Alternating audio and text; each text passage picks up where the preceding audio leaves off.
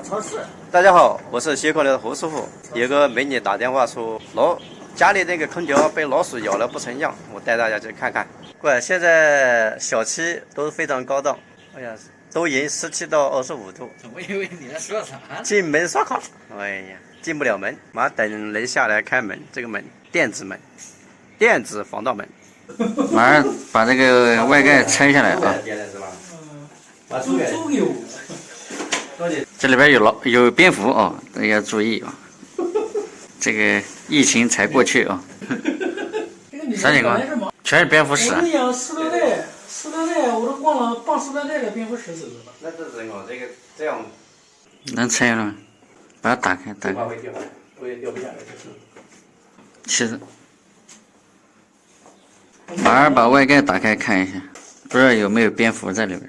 这盖子是一体的，不太好下。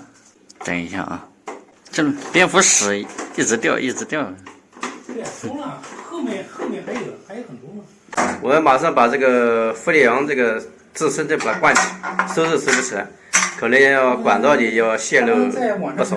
我们小哥因为这个地方太狭窄，扳手下不去，把它重新拎上来，那个加液口朝上，这样就把这个螺丝下来了。要不然下不了。要不然下不了。距离实在是有限。对，惨不忍睹。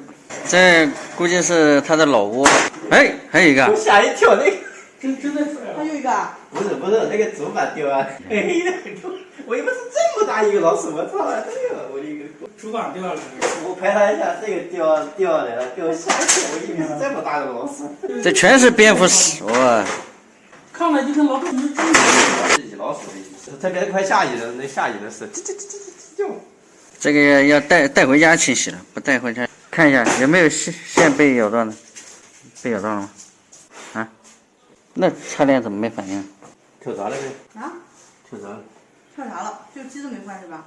不知道，我要把这地方垫一下。赶紧烧起来，烧！这踩着脚也难看。看胡师傅还在踹嘞。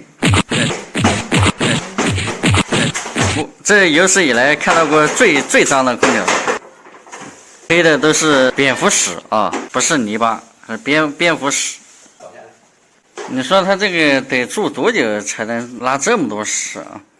这上面那个塑料袋放塑料袋子。哦，你已经装了半塑料袋了。对啊。把大哥的小心灵都受伤了的。马上我们来把它检查一下，看是不是好的。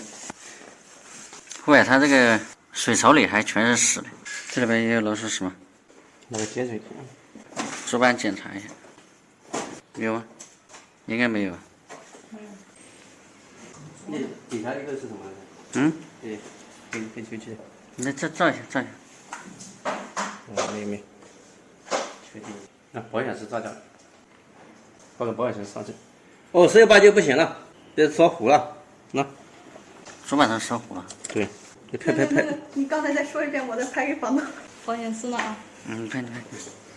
保险丝烧掉了。